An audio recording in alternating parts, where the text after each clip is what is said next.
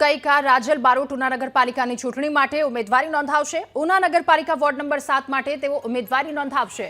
ઉમેદવારી નોંધાવતા પહેલા પરિવારજનોના તેમણે આશીર્વાદ લીધા। ઉત્સાહની સાથે ઉમેદવારી ફોર્મ ભરવા માટે રાજલ બારોટ રવાના થયા। ભાજપે રાજલ બારોટને વોર્ડ નંબર 7 માંથી ટિકિટ આપી છે। ત્યારે આજે ઉમેદવારીનો અંતિમ દિવસ ઠેર ઠેર ઉમેદવારો ઉમેદવારી ફોર્મ ભરવા માટે નીકળી રહ્યા છે પોતાના સમર્થકો કાર્યકર્તાઓની સાથે। આ તમામની વચ્ચે ઉના કે જ્યાં ભાજપે રાજલ બારોટને ટિકિટ આપી છે જેઓ ઉમેદવારી નોંધાવ।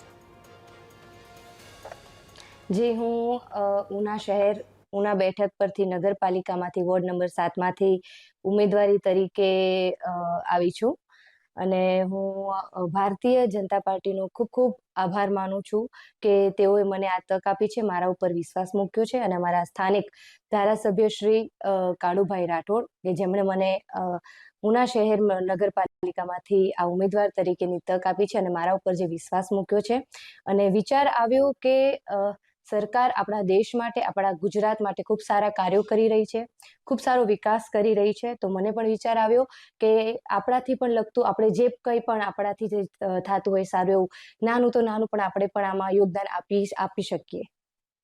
કે જેમના નામ પર આ મહોર લાગી છે રાજલ બારોટ ઉમેદવારી નોંધાવવા માટે વોર્ડ નંબર 7 કે જ્યાંથી ઉમેદવારી નોંધાવવા માટે પહોંચ્યા। સમર્થકો ત્યાંના લોકો સાથે કાર્યકર્તા તમામ લોકોની સાથે તેઓ ફોર્મ ભરવા પહોંચ્યા।